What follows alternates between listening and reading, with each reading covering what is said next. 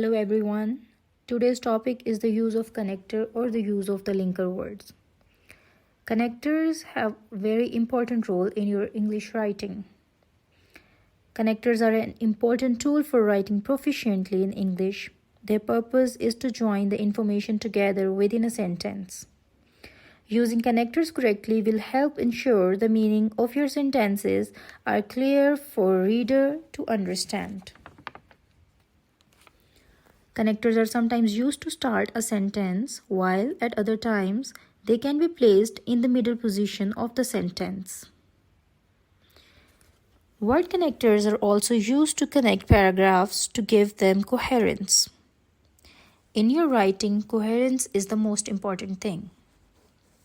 Some major categories and the list of connectors are connectors of addition, connectors of comparison, connectors of contrast, connectors of time, connectors of result, connectors of summary, connectors of example, and the correct connectors of place.